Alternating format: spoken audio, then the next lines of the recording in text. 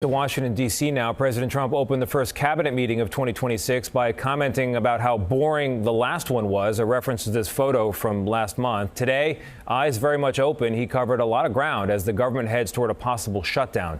Let's get details now from senior White House correspondent Ed O'Keefe. Ed? Tony, good to see you. The president's been locked in direct talks with Democrats about avoiding a partial shutdown beginning Friday night, and there is a deal coming together. In exchange for their votes, and in the wake of the chaos in Minneapolis, Democrats are demanding changes in how ICE and the Border Patrol do their jobs.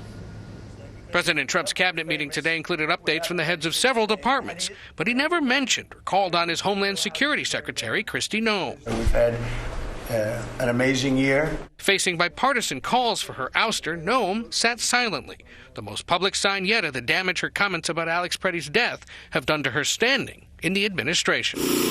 Another sign came down the street at the Capitol. The yeas are 45, the nays are 55. Where a bill to keep the government open was blocked by Democrats who are demanding changes to how ICE operates. This is a moment of truth for the United States of America.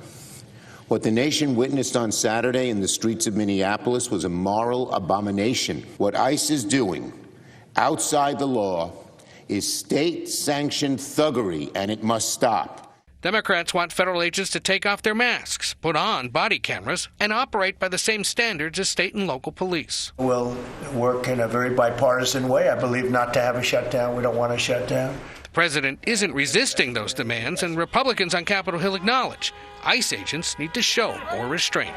I'm willing to entertain some reforms to make sure that we rein in ICE appropriately and make it more professional. One other note from today's cabinet meeting, the president says he plans to name his choice to serve as the next chairman of the Federal Reserve next week to succeed Jerome Powell, who he's clashed with over how to fight inflation. Lots of intrigue, Tony, around who he picks and their ultimate independence from him.